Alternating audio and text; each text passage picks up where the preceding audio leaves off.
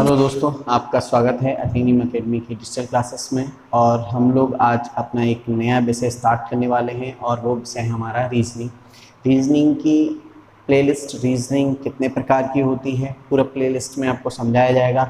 आज हम introduction of reasoning समझेंगे, उसके बाद में एक सिंपल से टॉपिक नॉन वर्बल रीजनिंग से लेंगे, ठीक है। और रीजनिंग के सभी टॉपिक वन बाई वन आपको यहाँ डाल दिए जाएंगे। More of questions practice sheet डाली जाएंगी।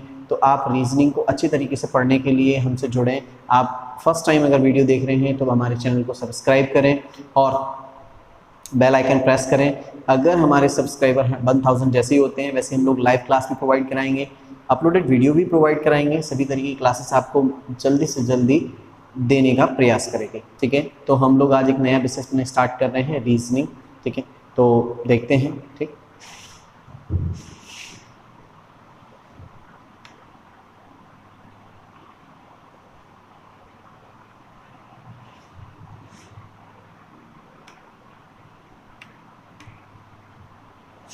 रीजनिंग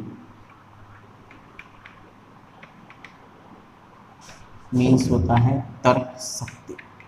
यानी सबसे पहली चीज़ तो ये है कि ये ऐसा विषय है जहाँ टीचर के बताए हुए रूल के अनुसार हम सवाल तो कर सकते हैं, लेकिन एग्ज़ाम में क्या होता है कि वहाँ हमें अपना दिमाग लगाना ही होता है, क्योंकि टीचर के मेथड की सहायता से हम क्वेश्चंस को जल्दी समझ सकते हैं, आधा क्वेश्चन सॉल्व कर सकते हैं। हो सकता है सिंपल सा मैंने पूरा क्वेश्चन से उसके मेथड टीचर्स के दिए हुए मेथड से सॉल्व हो जाए, बट तर्क यानी आपका दिमाग, आपके दिमाग को चेक करने के लिए विषय बनाया गया। धीमे धीमे जैसे जैसे कंपटीशन टफ होगा ये सब्जेक्ट बहुत महत्वपूर्ण हो जाएगा। इसीलिए अपने दिमाग को चीज़ों को समझने के लिए प्रेरित करें, ठीक है। और उसके लिए सबसे अच्छा तरीका है मेडिटेशन से, योगा वो करना बहुत ज़रूरी है, जिससे हमारे दिमाग के सोचने समझने की तर्क शक्ति बढ़ती है। और विषय का नाम भी है तर्क शक्ति। अब बात करते हैं, रीजनिंग दो प्रकार की होती है, ठीक है। एक होती है हमारी भाषाई तर्क शक्ति,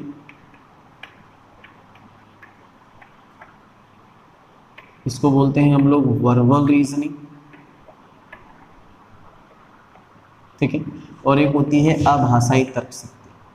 अभाषाई का मतलब है कि जहां हमें भाषा का प्रयोग नहीं किया जाएगा और हमसे क्वेश्चंस पूछे जाएंगे, इसको बोलते हैं हम लोग नॉन वर्बल रीजनिंग, ठीक है। अब और वर्बल जहां भाषा का प्रयोग करके हमें क्वेश्चंस पूछे जाएंगे। अब हम बात करते हैं हमारा जो भाषाई तर्क शक्ति होती है। इस भाषाई तर्क शक्ति में 2 टाइप्स होते हैं डिवाइडेड। एक होती है आंकड़ों पर आधारित, मतलब हमें आंकड़े दे दिए, बस उन आंकड़ों को हमें आपस में जोड़ना है और हमारी रीजनिंग सॉल्व हो जाएगी, ठीक है। एक दूसरी होती है जहाँ पर भाषा का प्रयोग करके, यानी हमें भाषा का अर्थ निकालकर वहाँ आंसर को निगमन करना होता है, मतलब आंसर फाइंड आउट करना होता है। डेटा को आपस में जोड़ा नहीं जाता, उसका मीन्स यानी अर्थ निकाला जाता है। अर्थ निकालने के बाद हम उसे सॉल्व कर पाते हैं। और नॉन वर्बल रीजनिंग जहाँ हमें भाषा का प्रयोग नहीं, किन का प्रयोग किया जाता है, चित्रों का, यानी कि हम ये कह सकते हैं इमेजेस जो होती हैं उन्हें समझकर हमें आंसर देना होता है। तो रीजनिंग 2 प्रकार की होती है, पहला भाषाई, दूसरा अभाषाई। समझ में आया, ये हमारा विषय है। इनमें से आज हम एक छोटा सा एग्जाम्पल स्टार्ट कर रहे हैं इस सब्जेक्ट पे, इसलिए जनरली एक टॉपिक लास्ट में भी जब टॉपिक स्टार्ट होगा नॉन वर्बल का एक टॉपिक ले रहा हूँ और प्रॉपर्ली मैं स्टार्ट करूँगा अपनी भाषाई तर्क शक्ति से, वर्बल रीजनिंग से, ठीक है। तो वर्बल रीजनिंग के टॉपिक लेके स्टार्ट बाई स्टार्ट चलेंगे, सभी इसको पढ़ेंगे। पहले आंकड़ों पर आधारित, फिर निगमन पढ़ेंगे, जैसे कि आपका न्याय निगमन है, सिलोगिज्म है, आपका कथन कार्रवाई है, स्टेटमेंट है, एक्शंस हैं, बहुत सारे टॉपिक हैं इसमें भी। जैसे नॉर्मली हम इन पर बात करें तो यहाँ पर लगभग हमारे 19 टॉपिक हैं, ठीक है। अप्रॉक्सीमेट 10 टॉपिक यहाँ पर हैं, अप्रॉक्सीमेट 14 टॉपिक यहाँ जो मोस्ट इंपॉर्टेंट हर एग्जाम के लिए। लेकिन टोटल ऑल ओवरऑल अपने से पूछा जाए रीजनिंग कितने टॉपिक हैं, तो पूरे ऑल ओवर इंडिया में जो एग्जाम्स होते हैं इसमें 52 टॉपिक्स रीजनिंग से रिलेटेड रहते हैं, ठीक है, जो अच्छे अच्छे एग्जाम्सों में आते हैं। हमारे जो स्टेट एग्जाम्स में, ऑल ओवर इंडिया के एग्जाम्स में, जो भी कॉम्पिटिटिव एग्जाम्स में आएंगे, हम धीमे धीमे सभी पढ़ेंगे इसमें और एक्सप्लोर लेवल पर पढ़ेंगे, ठीक है। तो चलो हम स्टार्ट करते हैं। आज सबसे पहले एक जनरल टॉपिक स्टार्ट कर रहे हैं, ठीक है, जो सभी को समझ में आए। उसके बाद नेक्स्ट कंटिन्यू हम भाषाई तर्क शक्ति से स्टार्ट करेंगे, ठीक है। चलो तो पहला टॉपिक स्टार्ट करते हैं और वो टॉपिक है हमारा, हम ये कह सकते हैं काउंटिंग फिगर। काउंटिंग फिगर, ठीक है। इसे क्या कहते हैं, इसे कहते हैं हम आकृति गिनना, ठीक है। ये टॉपिक है हमारा, ठीक, जनरली। अब इस टॉपिक में क्या है, जैसे कि हम बात करेंगे रेक्टेंगुलर के बारे में, यानी आयत के बारे में, आयत गिनना, ठीक है। पहला जैसे कि एग्जांपल जस्ट हम बात करते हैं आयत, ठीक है। दूसरा होगा हमारा, दूसरा पॉइंट है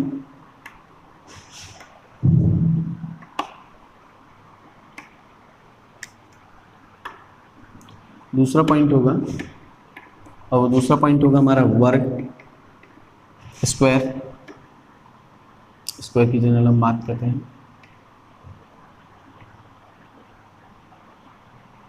स्क्वायर, ठीक है। तीसरा होगा हमारा त्रिभुज, ट्रायंगल, ठीक है।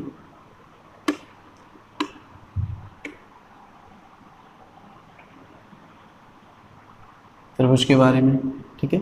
और चौथा होगा हमारा सर्कल के बारे में, ठीक है। फोर्थ पॉइंट होगा हमारा सर्कल, फोर्थ पॉइंट है हमारा, यहाँ हमने बात की जैसे कि त्रिभुज की, ठीक है। तो एक त्रिभुज बनाएंगे अपन, मतलब त्रिभुजों को काउंट करेंगे, ठीक है। फिर चौथा पॉइंट होगा हमारा वृत्त, ठीक है। वृत्त की बात करेंगे हम लोग, ठीक, वृत्त काउंट करेंगे। तो ये आकृतियाँ हैं, इनको हम गिनेंगे। नॉर्मली तो अभी हमें एक एक आकृति दिखाई दे रही है, लेकिन इनके अंदर ही कुछ लाइनों को बनाकर इन्हें डिवाइड किया जाएगा, फिर उन्हें हम काउंट करना सीखेंगे। तो सबसे पहले हम किसको गिनना सीखते हैं, आयत को गिनना सीखते हैं, ठीक है।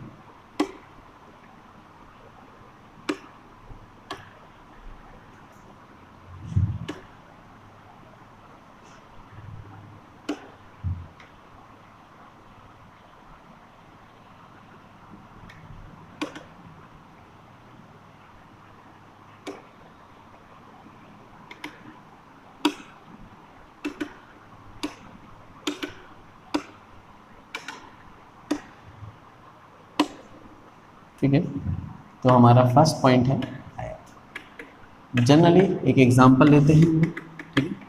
और पहला एग्जांपल है कि आपसे पूछ दिया जाए इसमें कितने आयत हैं, ठीक है।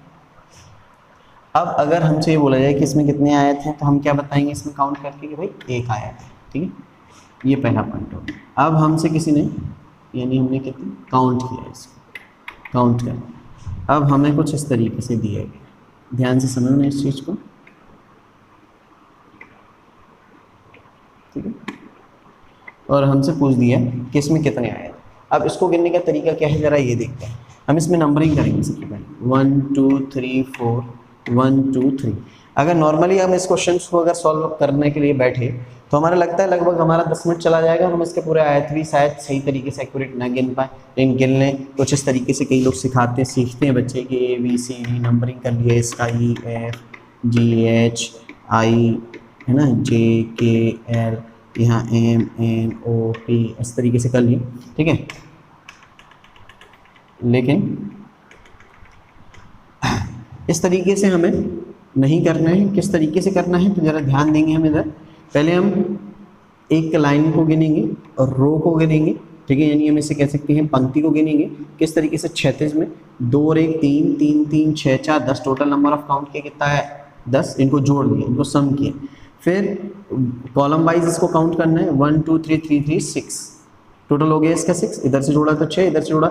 इनको उठा के हमने क्या कर दिया, यहाँ एक रूल लगाया। यहाँ टोटल हमारा जैसे कि क्या हुआ, यहाँ यस को लेके यहाँ से लेके यहाँ तक, इन दोनों को हमने क्या कर लिया, इनका कर दिया मल्टीप्लाई, ठीक है। तो इक्वल्स टू कितना आ गया 60, ये हो गया हमारा answer. With in second, with in 30 second, यानी 30 सेकेंड के अंदर भी हम इसको काउंट करके आंसर भी लगा सकते हैं। देखो छोटे छोटे तरीके इनको हमें सीखना है, ये बेस है, इनसे क्वेश्चन सॉल्व नहीं होते हैं। क्वेश्चंस को नेक्स्ट टॉपिक में जब भी नेक्स्ट लेक्चर होगा तो अच्छे अच्छे क्वेश्चंस को लेके आएंगे, वहाँ सॉल्व करेंगे। अब ये फर्स्ट हो गया, ठीक है, आयत को काउंट करना हो गया, ठीक है, नॉर्मल वे में। दूसरा हम बात करते हैं वर्क क्या, 2 ही चीज़ें हम सीखेंगे, ठीक है। फिर नेक्स्ट मैंने बताया कि इंट्रोडक्शंस हो गया रीजनिंग के बारे में, जनरली इन टॉपिकों के बारे में, ठीक है। अब हम अगला बात करते हैं वर्क की। दूसरा हमारा पॉइंट है वर्ग। ठीक है, यानी स्क्वायर के बारे में बात करें तो वर्ग बनाया मैंने प्रॉपरली, ठीक है, लगता है आयत जैसा बट इतना समझने का कि भाई ये हमारा क्या है, वर्ग, ठीक है। अब इसमें हमें काउंट करना है तो वर्ग 1 2 3 1 2 3 नॉर्मल। वर्ग का मतलब क्या होता है, स्क्वायर का मतलब क्या होता है, इसकी लंबाई चौड़ाई बराबर, ठीक है।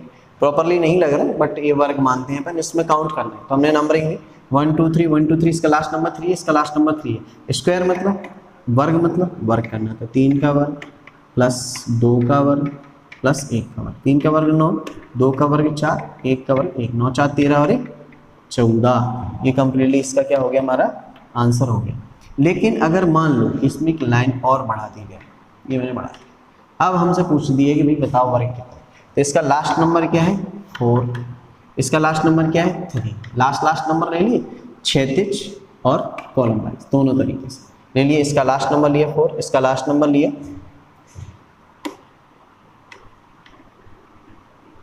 इसका लास्ट नंबर लिया हमने, ठीक है, इसका लास्ट नंबर क्या लिया ये 3, इनका मल्टीप्लाई किया। अब इनमें एक एक कम करते जाएंगे और आगे के नंबर्स लिखते जाएंगे, ठीक है। अब देखते हैं, प्लस 4 में एक कम किया कितना बचेगा 3, 3 में एक कम किया कितना बचेगा 2, और फिर 3 में कम किया 2, 2 में एक कम किया 1, फिर 2 में एक कम किया 1 और 1 में कम किया 0। 0 में अगर 0 का किसी संख्या में गुणा होगा उसकी कोई वैल्यू नहीं रहेगी, तब 4 3 12, 3 दूनी 6, 2 1 कम 2, 12 6 18 2 20।